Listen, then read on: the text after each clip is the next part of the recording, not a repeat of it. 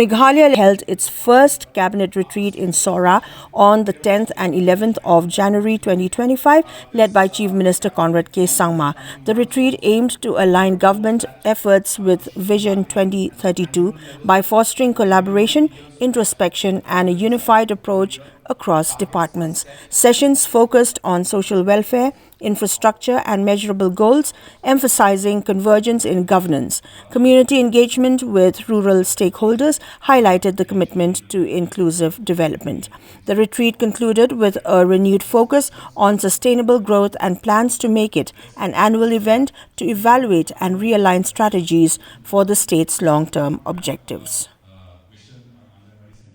There are multiple objectives of having this particular program. In this cabinet retreat, apart from all the cabinet ministers, all the senior government officials, the directors and heads of departments, and deputy commissioners of different districts participate. And the idea is to share the overall larger vision of the government, as well as the specific targets and goals of the specific departments with other departments and all the officials and cabinet ministers. Presentations are made by departments on what is the mandate that they have been given, what have they done about achieving those mandates, where are the challenges that are there ahead of them, and how do they plan to overcome those challenges, and what is their goal in the next 1 year, 3 years, and 5 years. So this presentation which is made has multiple benefits. Number one, the departments that are making the presentation, they get a chance to introspect into what they have done.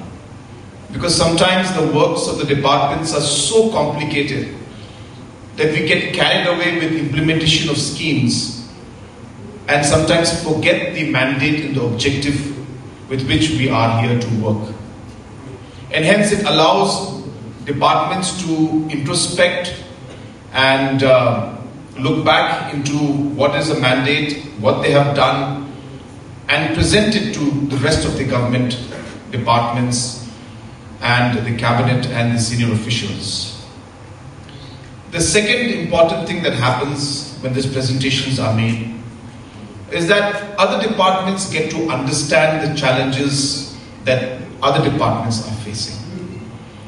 They also are able to understand the different visions and targets that they have in front, and that way they're able to connect and work towards converging with other departments to work together. For example, today there was a presentation from social welfare, education, and the health department. And all of these departments deal with the social aspect and the health aspect of the citizens and individuals at different parts of their life or different stage of their life. But ultimately the citizen is at the center and the social and the health aspects at the center of what these departments are doing. And they're all interconnected. If the nutrition is given properly to the mother when the child is in the womb, then obviously the health of the child and the mother is better.